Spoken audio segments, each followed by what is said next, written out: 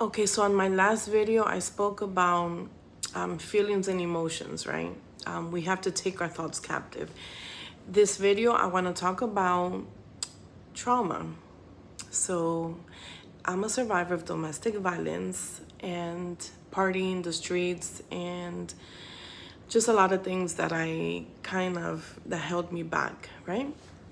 But I had to go through that to be where I am today.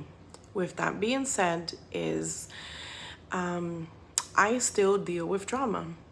And that is so important for me to speak it out.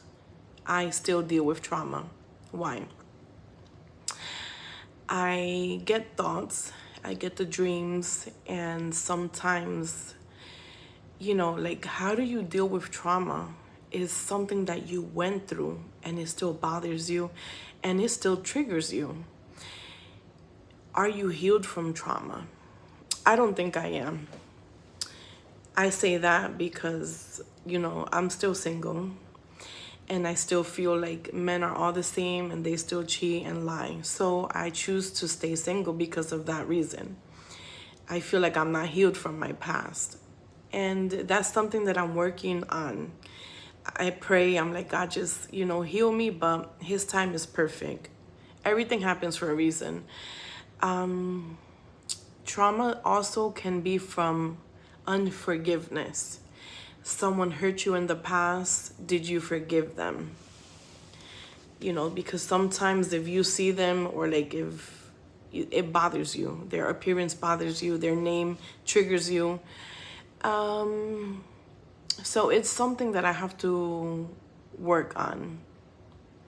The trauma that I dealt with in the past. Have I healed? Do I want to heal? Have I forgiven the person, right?